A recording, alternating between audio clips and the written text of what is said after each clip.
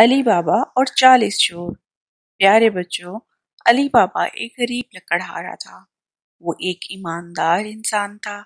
ایک دن وہ جنگل میں لکڑیاں کاٹ رہا تھا کہ اسے آدمیوں کا ایک گروہ جنگل میں داخل ہوتا نظر آیا۔ وہ 40 ڈاکوؤں کا گروہ تھا جو تیزی سے اس کی جانب بڑھ رہا تھا۔ علی بابا ڈر کر ایک درخت کے اوپر چڑھ کر چھپ گیا۔ اسے پتا تھا کہ سنگ دل ڈاکو مسافروں کا مال زبردستی چھین لیتے ہیں اور انہیں مار ڈالتے ہیں۔ ڈاکو اس درخت کے نیچے موجود ایک غار کے نزدیک جا پہنچے اور وہاں رک گئے۔ ان کے سردار نے غار کے پاس کھڑے ہو کر اونچی آواز میں کہا، کھل جا سم سم، اور اس کے ساتھ ہی غار کا دہانہ کھل گیا۔ وہ سب غار کے اندر داخل ہو گئے۔ جب تھوڑی دیر بعد ڈاکو باہر نکلے تو ان کے پاس سونے چاندی کے بے شمار زیورات تھے۔ ڈاکوؤں کے سردار نے ایک بار پھر آواز لگائی، بند ہو جا سم سم، اور غار بند ہو گیا۔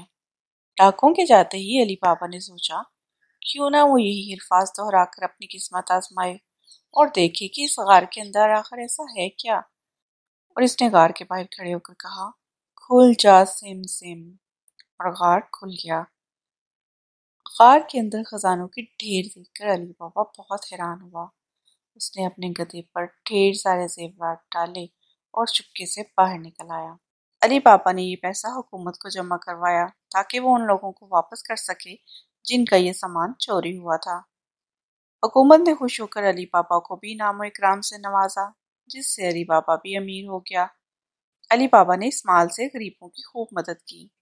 علی بابا کا بھائی قاسم ایک اچھا آدمی نہیں تھا۔ وہ دوسروں سے حسد کرتا تھا۔ جب اس نے علی بابا کو راتوں رات امیر ہوتے ہوئے دیکھا تو ایک دن اس کا پیچھا کیا اور غار تک پہنچ گیا۔ اگلے دن علی بابا سے نظر بچا کر وہ جادوئی الفاظ یعنی کھل جا سم سم بول کر غار کے اندر داخل ہوا۔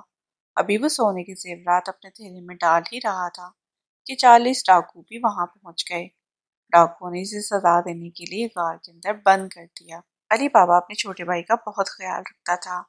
جب قاسم کئی دنوں تک گھر واپس نہ آیا تو علی بابا اس کی تلاش میں نکلا مگر وہ کہیں نہ ملا۔ ایک دن علی بابا غار میں پہنچا تو وہ قاسم کو وہاں بے ہوش پایا۔ علی بابا نے اسے ہوش میں لا کر غار سے باہر نکالا۔ قاسم کے ذہن پر ڈاکوؤں کا خوف ابھی تک سوار تھا۔ وہ ایک بزدل انسان تھا۔ باہر آتے ہی اس نے جنگل کی طرف دوڑ لگا دی اور پھر کبھی واپس نہ آیا۔ علی بابا نے گھر پہنچ کر سارا واقعہ اپنی ملازمہ مرجینا کو سنایا۔ مرجینا ایک وفادار ملازمہ تھی۔ ادھر جب ڈاکو غار میں پہنچے تو قاسم کو وہاں موجود نہ پا کر انہیں یقین ہو گیا کہ کوئی اور بھی ان کا راز جان گیا ہے۔ ڈاکوؤں کے سردار نے اس سارے معاملے کا پتہ لگانے کے لیے ایک جاسوس شہر بھیجا۔ جاسوس جب علی بابا کے محلے میں پہنچا تو لوگوں نے اسے بتایا کہ علی بابا راتوں رات امیر ہو گیا ہے۔ وہ اپنی دولت سے غریبوں کی بھی مدد کرتا ہے۔ جاسوس نے علی بابا کے گھر کے دروازے پر ایک نشان لگایا اور اپنے سردار کو اطلاع دینے کے لیے چلا گیا۔ اتفاق سے مرجینا یہ سب کچھ دیکھ رہی تھی۔ اس نے سب گھروں کے دروازوں پر ایسے ہی نشانات لگا دیے تاکہ ڈاکوؤں کو علی بابا کے گھر کا پتہ نہ چلے۔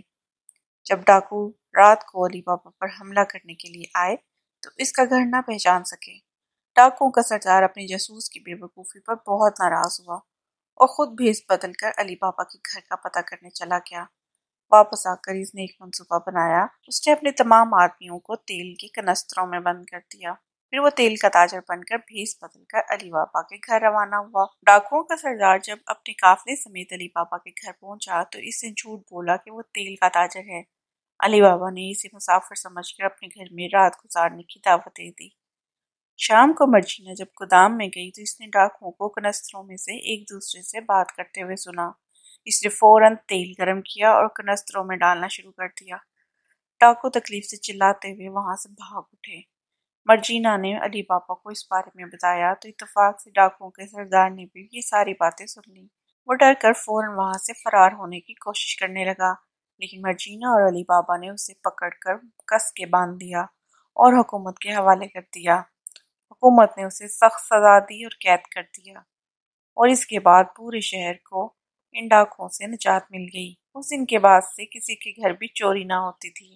حکومت نے علی بابا اور مرجینا کو ان کی بہادری اور ذہانت پر انعام دیا۔ وہ سب ہنسی خوشی زندگی گزارنے لگے۔ تو بچوں اس کہانی سے ہمیں جو سبق ملتا ہے وہ یہ کہ بے ایمان اور لالچی انسان ہمیشہ نقصان اٹھاتا ہے۔ چوری کرنا اللہ کو اور اللہ کے پیارے رسول حضرت محمد صلی اللہ علیہ وسلم کو سخت ناپسند ہے۔ آپ صلی اللہ علیہ وسلم نے چور کے ہاتھ کاٹ دینے تک کی سزا کا حکم دیا ہے، یعنی اس کام کو نہایت ناپسند قرار دیا ہے۔ تو بچوں آپ نے اس کہانی سے کوئی سبق سیکھا یا یہ کہانی آپ کو اچھی لگی تو ہمیں کمنٹس کر کے ضرور بتائیے گا تاکہ ہم ایسی اچھی اچھی کہانیاں آپ کے لیے لاتے رہیں۔ چینل کو سبسکرائب کیجیے، لائک کیجیے، شیئر کیجیے اور ہاں کمنٹس ضرور کیجیے۔ اللہ حافظ۔